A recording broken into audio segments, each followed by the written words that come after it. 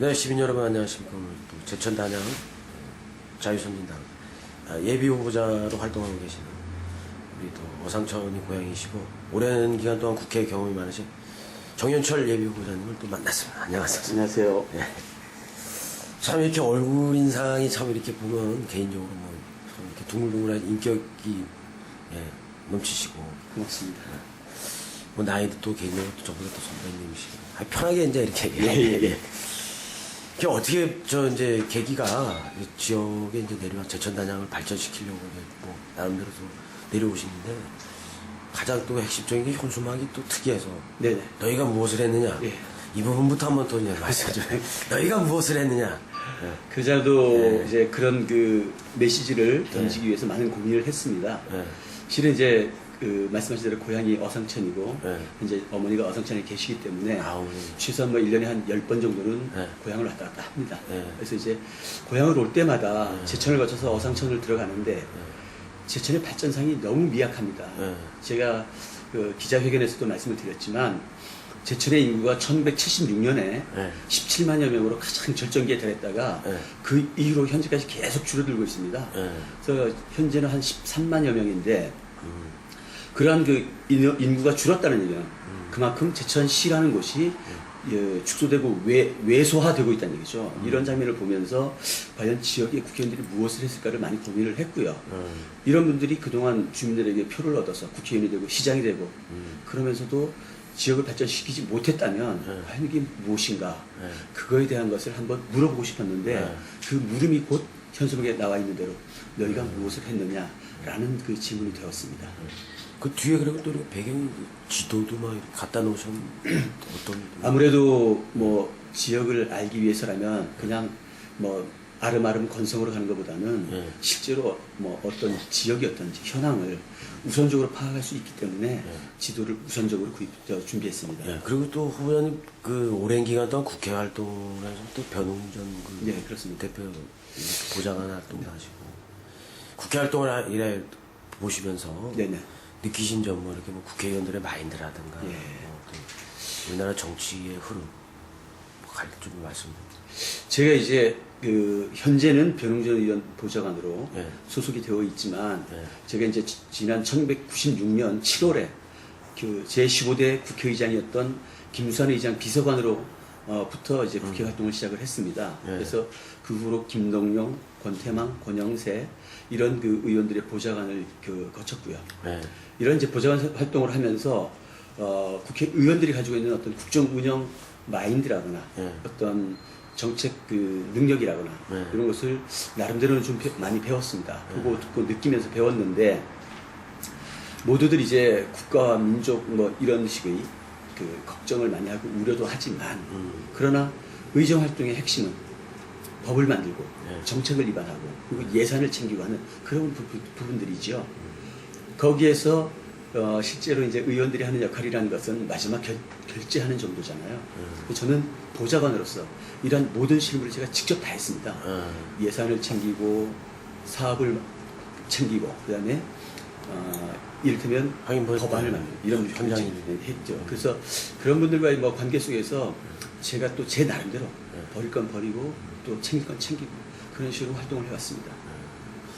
후보자님 그 뭐 좀 외람된 질문입니다만은 그 제천 지역이 또 보면 기존에 이제 당의 어떤 그런 당성 어떤 뭐 사람을 보는 사람도 있고 근데 또 자유선진당에서 또 당에서 이제 그 출마를 했으니까 당 이제 어떤 그 점유율 뭐 과거에 그런 부분에 있어서도 또 말이 나오는 부분도 있잖아요. 솔직하게 우리 저 솔직하게 그 부분에 대해서 어떻게 강한 또 그래도 어떻게 보면 또 자신감 있는 모습이다 이렇게 이제 평하는데 한 말씀 좀 일단은 뭐 당의 어떤 세력 그런 걸로 보자면 아무래도 이제 그 교섭단체를 기준으로 봤을 때 지금 뭐 양대 정당 소위 말해서 이제 새누리당 예전에 이제 한나라당이었죠 하고 민주통합당 두 당이 이제 양강 체제를 구축하고 있고 저희 자유선진당이 의석수 지금 15개 석으로 교섭단체를 구성 못하고 있는데요. 이 속에서 보면 어떤 정당에 대한 그 형평성 문제가 있습니다. 사실은 있습니다. 그러나 제천이라는 곳이 그동안 어떤 그 한계의 정당, 예를 들어서 여당이면 여당, 야당이면 야당 쪽으로 표를 몰아주지 않았습니다. 이를테면 주민들이 좀 현명했다고 보는 거죠. 한 번은 여당이다, 한 번은 야당을 그 인정해주는 이런 격이었는데, 이곳에 와서 보니까 이제 자유선진당에 대한 인지도나 지지도가 사실은 예상만큼 높지는 않다고 봅니다. 다만 18대 국회 때 그 정우택 후보가 약 한 17% 가까이 득표한 그 사실이 있더라고요. 그래서 거기에 대해서 좀 기대를 가지고 있고, 그 다음에 또 하나 중요한 것은 정당들이라는 것은 지역에 근거를 두고 활동을 하기 때문에, 예를 들어서 새누리당이다, 예전 한나라당이다 그러면 영남 쪽이 지지 기반을 두고 있습니다. 무슨 뜻이냐? 반대로 죄송합니다만 민주통합당은 또 호남 쪽이지 않습니까? 이게 무슨 뜻이냐면 이네들의 활동의 주요 포인트는 새누리당은 영남이에요. 그 다음에 민주통합당은 호남에 가 있다는 거죠. 그렇다면 충청권에서는 누가 핵심 포인트를 주고 일을 하겠냐는 거죠. 이거는 바로 자유선진당일 수밖에 없다는 사실을 주민 여러분들이 좀 알아주셨으면 좋겠습니다. 네. 그럼 저 국회의원으로 당선되셔가지고 여의도로 가시면 정책, 특별히 뭐 지역 발전, 뭐 기자회견에서도 밝히셨지만 또 뭐 추가적으로 또 뭐 자세하게 해서 한 말씀 해주세요. 지역 발전에서 어떻게? 저는 이제 모두에 말씀드린 대로 그 어상천 집을 제천을 거쳐서 다니면서 제천의 발전상을 한 30여 년간 제 눈으로 직접 봐왔습니다. 과연 발전시킬 방안이 무엇인가, 훌륭한 정책이 무엇일까 라고 했을 때 그 바탕, 기조에 있는 제천에서 빠져나간 인구, 이런 인구를 빨리 보충해 오는 게 중요하다고 생각합니다. 그렇다면 이네들이 무조건 제천에 들어온다? 그건 말이 안 됩니다. 왜? 이네들이 와서 먹고 자고 쉬고 생활할 수 있는 이런 여건을 만들어줘야 된다는 거죠. 그렇다면 그네들이 그렇게 할 수 있는 여건이라는 것이 뭐냐? 뭐 기업 얘기를 하는 사람도 있고요. 어떤 문화를 얘기하는 사람도 있고 여러 가지가 있는데, 제가 볼 때는 제천의 장점을 살려갈 수 있는 가장 큰 발전 방안 중에 하나로 제가 제시했듯이 한방 허브 도시를 만든다는 거죠. 이것도 그냥 한방 허브 도시가 아니라 아주 세계적인 한방 허브 도시인데, 제천이라는 지역적인 특성상 강원도와 경상도 북부 이런 지역이 제천과 함께하고 있습니다. 그렇다면 이들 지역에서 나올 수 있는 한약 재료의 모든 것을 제천에 집산지를 만들어서 초대형 한약 재료 시장을 만들고 그걸 토대로 한방 병원을 만드는데, 다행히 세명대학교에 한의학과가 있습니다. 그럼 여기에서 배출되는 인재들을 한방병원으로 흡수를 해서 대규모의 한방병원을 만들 때 치료는 뭡니까? 한방 양방이 적절히 이루어져야 되지 않겠습니까? 그러면 양방병원도 자연스럽게 대규모화되면서 어떤 그 제천만이 보유할 수 있는, 그렇죠. 한방 허브 도시 기능을 만드는데 일단 아주 시급한 것은 또 종합병원이 필요합니다. 왜? 제천에서 중대한 심각한 환자가 생기면 거의 원주로 다 가든가 서울로 갑니다. 그것은 뭐를 의미하느냐? 그네들이 지불하는 비용들이 모두 제천이나 서울 이런 곳으로 빠져나간다는 뜻이죠. 그렇다면 우선적으로 빨리 제천에 종합병원을 만들고 그 종합병원 바탕에는 말씀드린 대로 한방 허브 도시를 만드는데, 이러한 한방 허브 도시가 상당한 규모화가 되고 그다음에 그 인정받을 수 있는 능력이나 설비를 갖추게 된다면 그를 통해서 또 파생되는 게 뭐냐? 한방 치료는 상당한 시간을 요하기 때문에 요양과 휴식이 필요합니다. 그러면 제천의 청풍이나 또는 가까이 단양 이쪽에 명승지가 많습니다. 그러면 산 좋고 물 맑은 이런 지역에 요양과 휴양의 도시를 만들어서 관광 도시를 또 육성할 수 있는 그런 반사적 이익이 있습니다. 이렇게 되면은 가장 중요하게 한방 도시의 그 메카를 갖다 제천으로 형성시키고 그에 따른 반사적인 이익을 단양이 함께 나누면서 제천과 단양이 아주 살기 좋은, 그래서 17만에서부터 13만 줄어든 이 인구가 조금씩 채워진다면 제가 처음에 마음먹었던 대로 제천 단양을 위해서 좀 좋은 역할을 할 수 있지 않을까, 그런 기대를 가장 우선적인 정책 순위로 있습니다. 지금 말씀하신 내용 중에 여러 가지가 그렇게 연결이 돼서 함축이 딱 돼 있는 것 같아요. 공약이 여러 가지. 그렇습니까? 이렇게 이해주시면 감사합니다. 그리고 저도 뭐 얼마 전에 왜 또 그분 앞에 트럭. 네네. 그뭐 또 사건이 한 번 또 생겼다. 그럼 어떻게 뭐 해결이 잘 되셨어요? 어떻게? 그날 사실 좀 황당했었습니다. 트럭을 앞에 대형 트럭. 25톤 트럭인데요.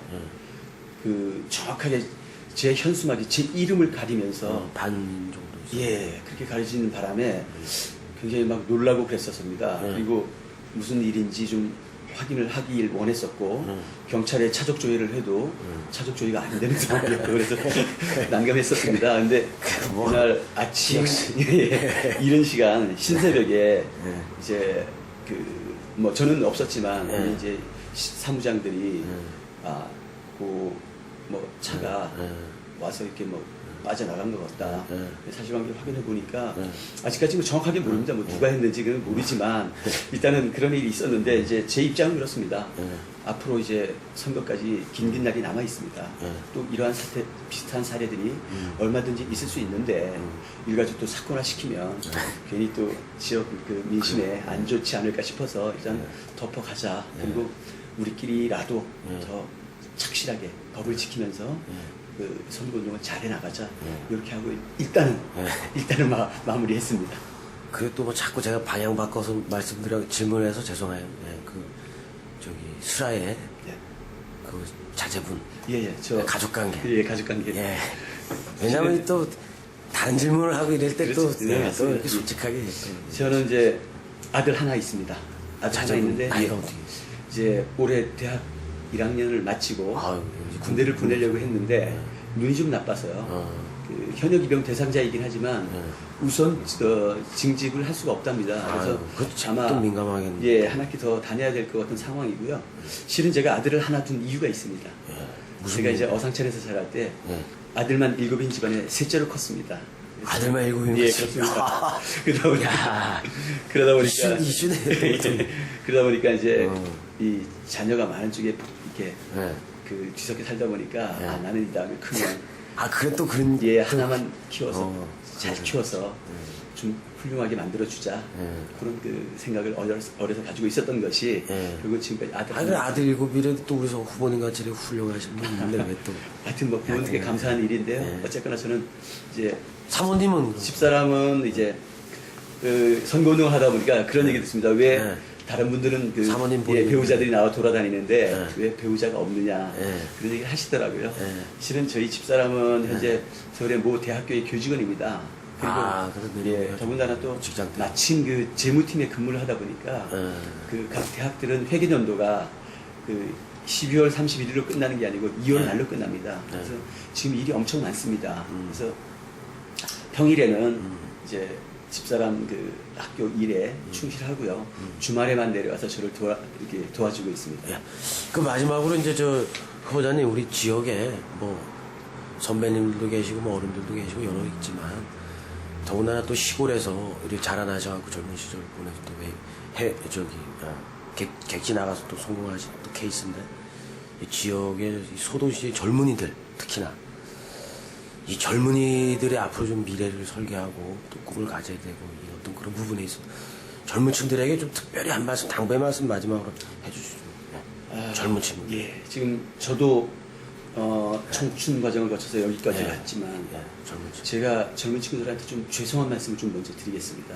왜냐하면 젊은 사람들이 일할 자리를 우리 기성세대가 만들어줘서 그네들이 정말 자기 꿈을 펼칠 수 있게 해줘야 되는데 지금 제천에 가서 제가 선거운동을 하다 보니까 그 부분이 참 가슴이 아픕니다. 왜?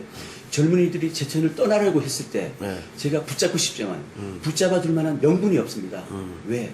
이네들이 제천에서 편안하게 일하고 또 일정한 수입을 통해서 자기의 꿈을 펼칠 수 있는 그런 여건이 되어 있어야 되는데 현재 그런 여건이 되어 있지 못합니다. 그래서 이번 선거운동 비단 짧은 기간이지만 선거운동 기간을 통해서라도 이 젊은이들이 제천을 떠나지 않을 수 있도록 하는 그러한 정책이나 또는 예산 문제나 아니면 다른 어떤 사업이나 이런 것들 많이 고민을 하겠습니다. 다만 어디에 가서건 자신의 꿈을 절대로 포기하거나 변동시키거나 변화시키지 말고 처음 마음 먹은 그대로 끝까지 자기 꿈을 지켜간다면 그 꿈은 이루어질 수 있습니다. 다만 그 꿈이 제천에서 이루어질 수 있도록 제가 제천을 위해서 정말 열심히 노력하겠습니다.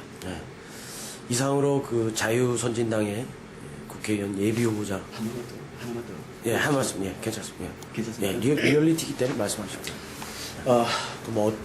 제가 주민들의 살고 있는 현장을 직접 찾아다니면서 호소를 하다 보니까 많은 분들이 국회의원이 되려면 조금 더 일찍 내려와서 지역의 얼굴을 보여야 되는데 이렇게 늦게 와서 운동을 하느냐 예, 이런 말씀을 맞아요. 듣습니다. 그거에 대해서 제가 좀 제 입장을 말씀을 드리겠습니다. 예. 저는 오로지 국회의원 배지를 달기 위해서 아무런 하는 일 없이 소위 말해서 직업이라는 걸 가지지 않은 채로 주민들에게 얼굴만 팔고 다니면서 2년이고 3년이고 돌아다니는 것은 의미가 없다고 생각합니다. 물론 그렇게 다니면 주민들에게 얼굴은 더 많이 알려질 수가 있겠죠. 그러나 정말로 중요하게 생각한다면 지역 발전을 위해서라면 지역 발전을 위해서 자기 능력을 더 키워야 된다고 생각합니다. 그 시기에 얼굴을 팔고 다닐 것이 아니라 자기가 종사하는 분야에서 정말 최선을 다해서 일을 하고 그 능력을 토대로 주민들을 위해서 뭔가 할 것을 생각해야 됩니다. 그리고 선거는 말 그대로 선거일 뿐입니다. 선거 기간 정해진 3개월이면 3개월 그 시기 동안 열심히 주민들에게 호소를 하고 그래서 주민들이 인정을 하면 배지를 달 수 있는 거고 만약에 배지를 달지 못한다면 또 자신의 본업으로 돌아가서 지역과 또는 자기 가족과 자기 자신을 위해서 열심히 일하는 것이 정말 온당치 않은가 이렇게 생각을 합니다. 그래서 주민 여러분께 좀 늦게 와서 인사드리는 게 죄송하긴 하지만 그 시기 동안 저는 저 자신의 일에 충실했다는 말씀을 드리고 혹이라도 좀 얼굴이 덜 알려졌을지라도 여러분들을 위한 제 역량을 가꾸는데 다듬는데 충실했다는 점을 다시 한번 말씀드립니다. 네, 하여튼 뭐 이렇게 장시간 동안 무대분으로 또 이렇게 제가 뭐 또 여쭤본 거에 대해서 이렇게 정말 그 진솔하게 말씀 잘해 주셔가지고 감사하고 시민 입장에서도 감사합니다.